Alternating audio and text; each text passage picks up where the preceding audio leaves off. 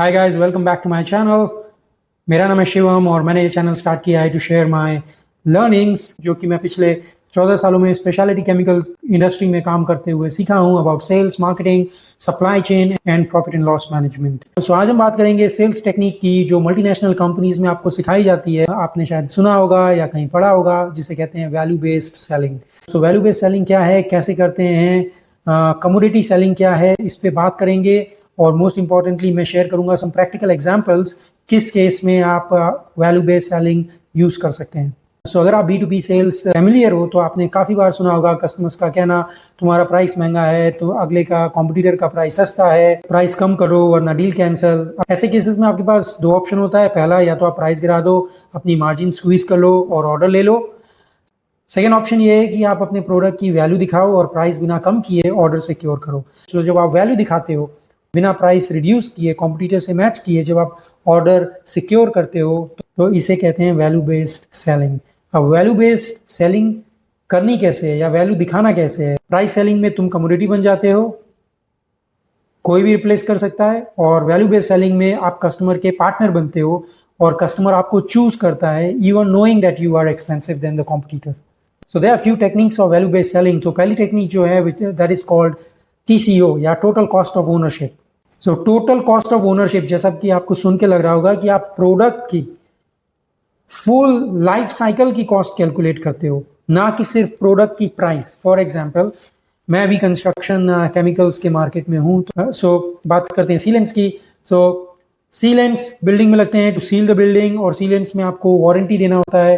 Typically 4-5 साल की warranty कोई भी दे सकता है, बट लेट्स से कि मेरा प्रोडक्ट बेटर है हाइपोथेटिकली स्पीकिंग, तो मैं देता हूँ 15 साल की वारंटी, विच मीन्स कि मेरा प्राइस महंगा है बट 15 साल तक once you use my product आपको जरूरत नहीं पड़ेगी स्विच ओवर की या रिप्लेसमेंट की। वर्सेस सस्ता प्रोडक्ट है मुझसे में भी 75% सस्ता या 50% सस्ता प्रोडक्ट है कॉम्पिटिटर का, जो कि आपको 5 साल की वारंटी दे रहा है। तो इसका मतलब 5 साल बाद आप शायद दोबारा खरीदोगे या आप दोबारा रिपेयर करोगे। तो टोटल कॉस्ट ऑफ ओनरशिप में हम हमेशा देखते हैं कि प्रोडक्ट की overall through out the life cycle, जब तक उसका यूज है, उसकी कॉस्ट क्या है। Cost of repair, cost of change over, cost of maintenance, जो भी कहो आप।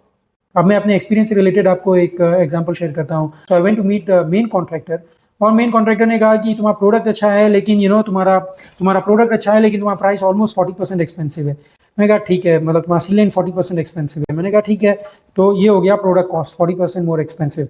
अब हम देखते हैं वारंटी मेरी वर्सेस कॉम्पिटिटर।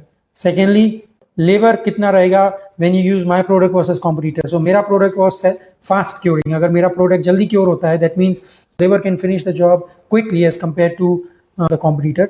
तो आप you look at the product cost plus labour की क्या कॉस्ट है, टाइम कितना लगेगा, अगर पावर इन्वॉल्व है, इलेक्ट्रिसिटी से अगर मशीन चलती है, पावर कॉस्ट कितनी है। तो ये सारा जब आप जोड़ते हो तब आपको एक कॉस्ट आती है कि material plus labour plus electricity plus let's say repair और रिजेक्ट, सब एड अप करने के बाद में प्राइस हो रही है let's say X versus cheaper competitor. Product price will be much cheaper than you, but maybe labor, energy, repair, rejection, so उन चीज़ों पे आप ज़्यादा खर्चा करते हो। तो एक्चुअली जब आप TCO कैलकुलेट करोगे तो आप देखोगे कि ठीक है, मेरा एक्सपेंसिव प्रोडक्ट लेने के बाद भी आप इतना सेव कर रहे हो। So don't compare product to product, rather compare overall. Second technique rather simple is feature differentiation, जिसमें आप बोलते हो कि मेरा प्रोडक्ट आप लो महंगा है बिकॉज मे बी ये इसमें सॉल्वेंट नहीं है, जल्दी से क्योर हो जाएगा, या लेट्स से ये ओवर पेंटेबल है, आप इसको पेंट कर सकते हो, या इसकी फ्लेक्सिबिलिटी बेटर है, या इसकी स्ट्रेंथ बेटर है। Some kind of value you are trying to sell. Third technique जो कि वैल्यू सेलिंग में आती है दैट इज रिस्क रिडक्शन। तो जब मैं हंसमैन में था इंडिया में, तो मैं फुटवेयर कंपनीज को सोल बनाने के लिए पॉलीयूरेथेन एक पॉलीमर होता है, केमिकल होता है, वो सप्लाई करता था।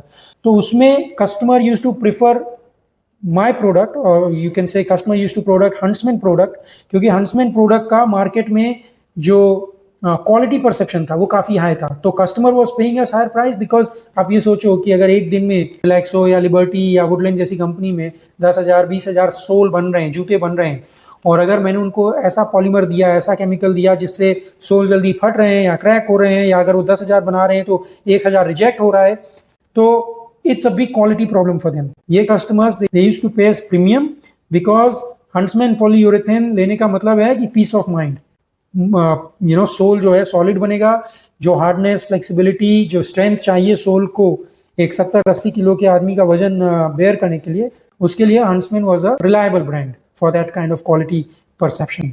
Fourth technique is productivity gain, कि मेरा आप जब मटेरियल यूज करते हो तो अगर लेट्स से आप एक घंटे में आप जो भी फिनिश प्रोडक्ट बना रहे हो, बेल्ट या वॉलेट या पर्स या कपड़े या whatever you are doing, basically whatever you are manufacturing या ऑटोमोटिव पार्ट्स, तो अगर आप यूजुअल कॉम्पिटिटर प्रोडक्ट यूज करके एक घंटे में आप लेट्स से 100 पीस बना रहे हो, तो मेरे केस में आप 110 पीस बनाओगे।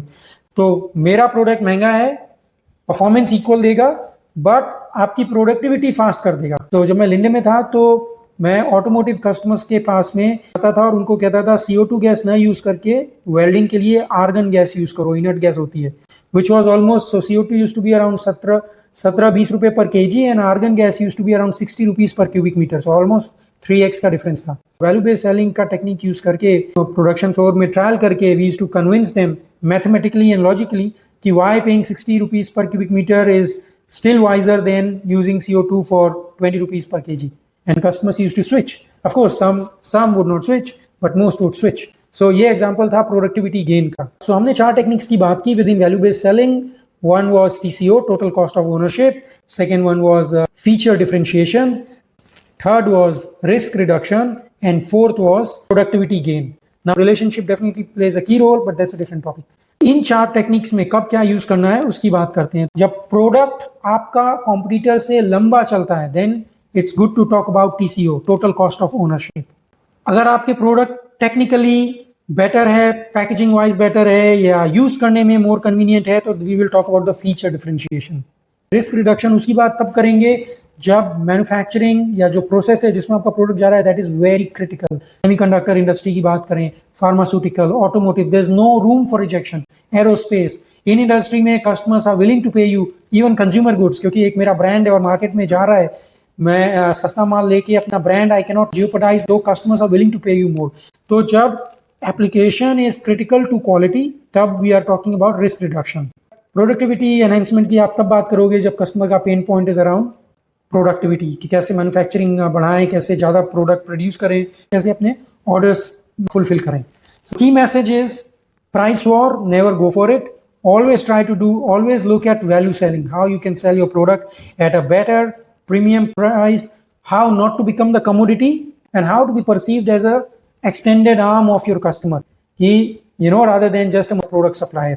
तो जब आप वैल्यू सेलिंग करते हो, इवन आपका रिलेशनशिप इंप्रूव होता है, क्योंकि कस्टमर ऑल्सो वैल्यूज यू। ये बंदा, ये कंपनी हमें वो प्रोडक्ट दे रही है which is helping us produce better और produce cheaper, right, even though we are paying them premium. So इस वीडियो के लिए मैं उम्मीद करता हूँ कि this help you. Will be posting more and more videos, sharing more insights from my 14+ years of career within specialty chemicals. For now, bye bye, take care.